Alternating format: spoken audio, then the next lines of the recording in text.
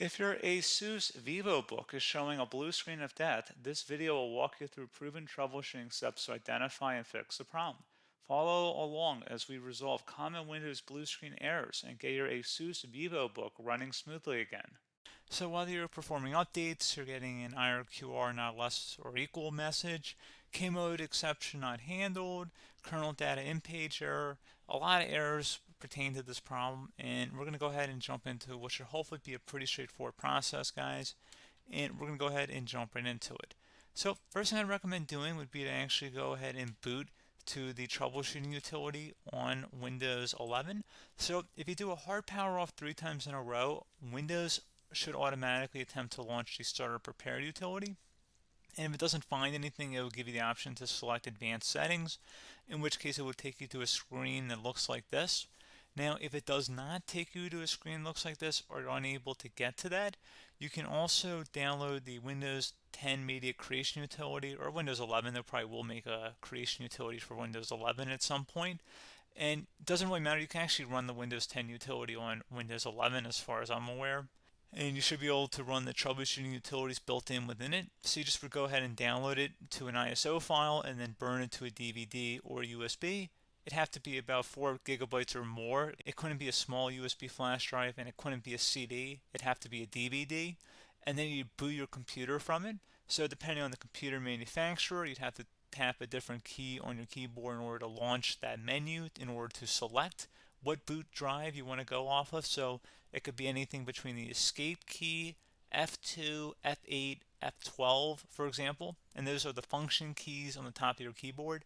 So you may have to just do a little bit of trial and error. Shouldn't take you more than a couple minutes. Googling it would probably be best before you even begin. But anyway, we're ready to go ahead and jump right into it. So we're on the choose an option page. So these will look very similar whether you're booting from it directly within Windows itself, or if you're plugged in a USB flash drive with the media creation utility installed and you selected the recovery option.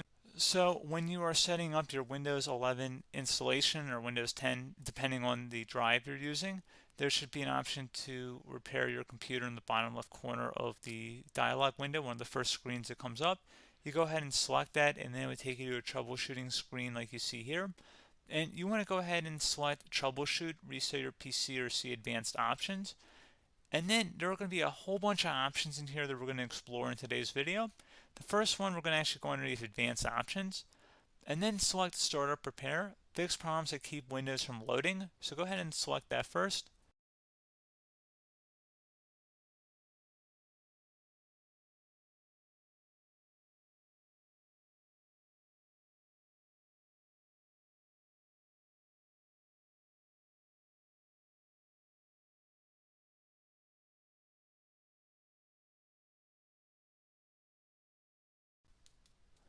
Okay, so you can see it could not repair our PC. That was our first option we could try. Something else, if we go back into advanced options here and then select troubleshoot, we're going to go underneath advanced options again.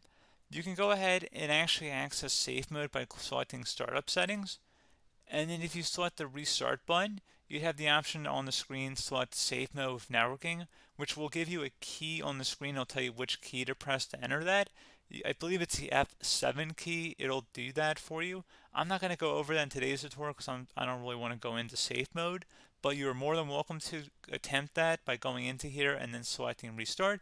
Again, it'll launch another screen. It'll say what key do you want to press, and it'll give you like 7 or 8 different options, and you want to select safe mode with networking. There's also an option for a command prompt too, but that's going to be something we're going to cover later in this video, and we don't even have to go through that in order to access it. So that's why I'm not going to really push for that, because unless you know exactly what's causing the problem, you probably don't need to go into safe mode. Unless you're trying to recover files, in which case then you definitely can go into safe mode, but we're trying to actually recover our computer here. So I hope that makes sense. Something else we can also try here as well would be to uninstall updates, remove recently installed quality or feature updates from Windows. So if you go ahead and select that, you can uninstall the latest quality updates, which generally is the more day-to-day updates. Feature updates are the less regularly released ones, like the big ones. I would equate it to service packs in like Windows 7 and Windows Vista and Windows XP. So larger updates that occur once or twice a year at most. And the quality updates are more just a regular update. So probably obviously depend. It'll take longer if you're going to try and uninstall the latest feature update versus quality update, and maybe you don't need to go back that far. So just giving you guys a couple pointers with that. Something else you can also look at here, and we're going to jump into the command prompt in a little bit, but you can select System Restore, which will use a restore point recorded on your PC to restore Windows. And this is something I would highly recommend here, guys. So select Next. Assuming you have a restore point saved on your computer, you go ahead and select the most recently created one, and you'll select Next, and then you'll select the drive. You shouldn't actually have to select the drive. You can scan for affected programs, but we're going to keep it all default here, and then we're going to select Finish. So once started, System Restore cannot be interrupted. Do you want to continue? I think we're going to select yes. I don't think we have anything better to do on our computer right now, so just give it a moment here to initialize. It will take a couple minutes to run, obviously depending on how large your hard drive is and how much is saved on the System Restore point. So just give it a couple minutes here.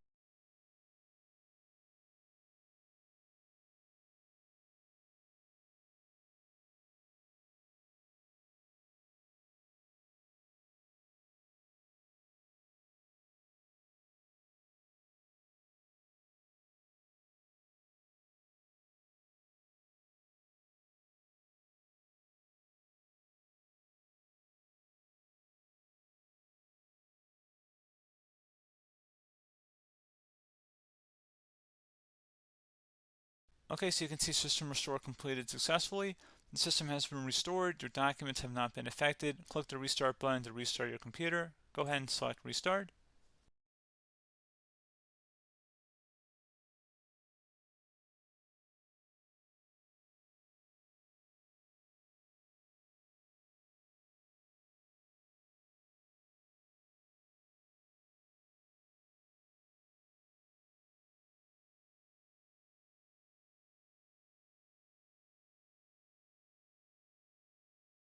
Okay, so you can see the system has been restored successfully.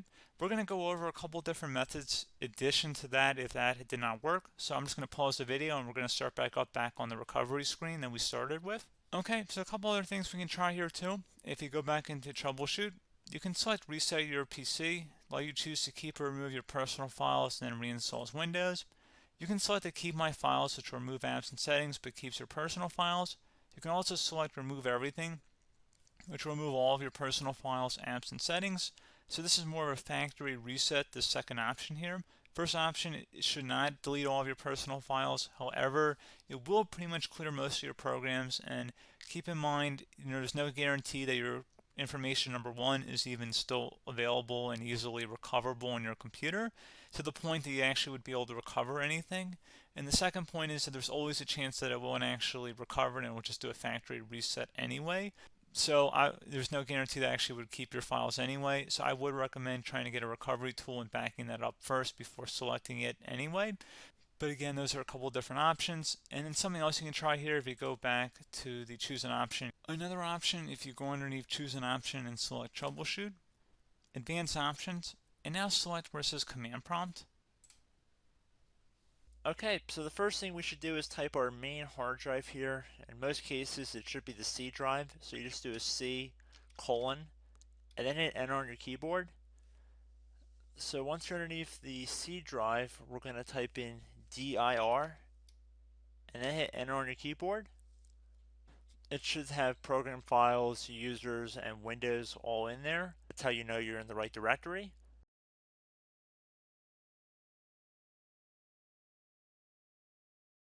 In some cases, it might be the D drive as well, so just keep that in mind.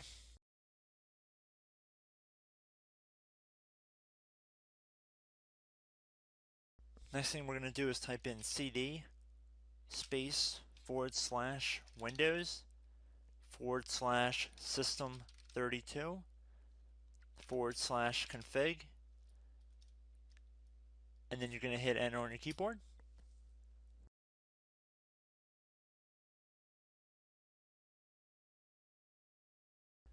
So now you're going to type md space backup. If you've seen other tutorials, it might also say to put down md backup. That's because the backup name is pretty common when you want to back something up. So you can name this whatever you want, doesn't have to be backup. So if you've already made a backup folder in the past, you could do backup 1, for example. So once you're done setting the name you want the backup to be called, hit enter on your keyboard again.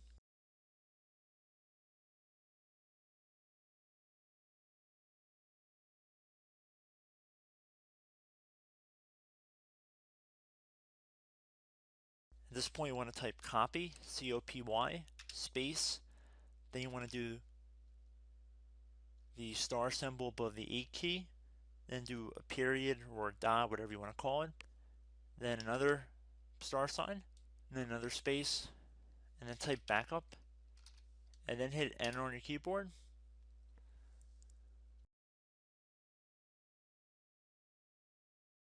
Now you want to type cd reg back, R-E-G-B-A-C-K, and then hit enter on your keyboard. So now that we are under the reg back, so now you want to type dir again, and then hit enter.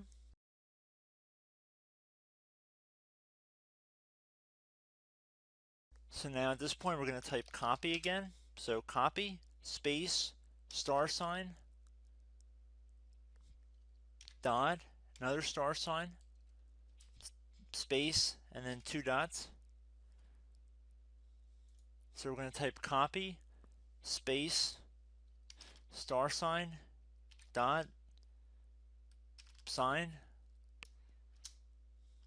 star sign, dot, dot, and then hit enter on your keyboard again. So for overwrite, you want to overwrite all. So type A on your keyboard, so capital A, and then hit enter on your keyboard.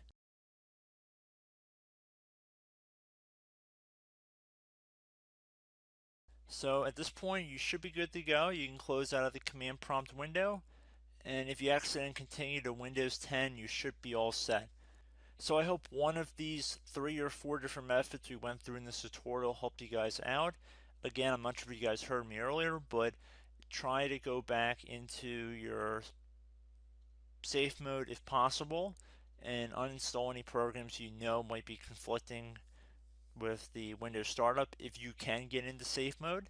So just keep that in mind. Something very simple like that could be blocking up everything. So again, I hope this tutorial helped you guys out, and I will catch you in the next tutorial. Goodbye.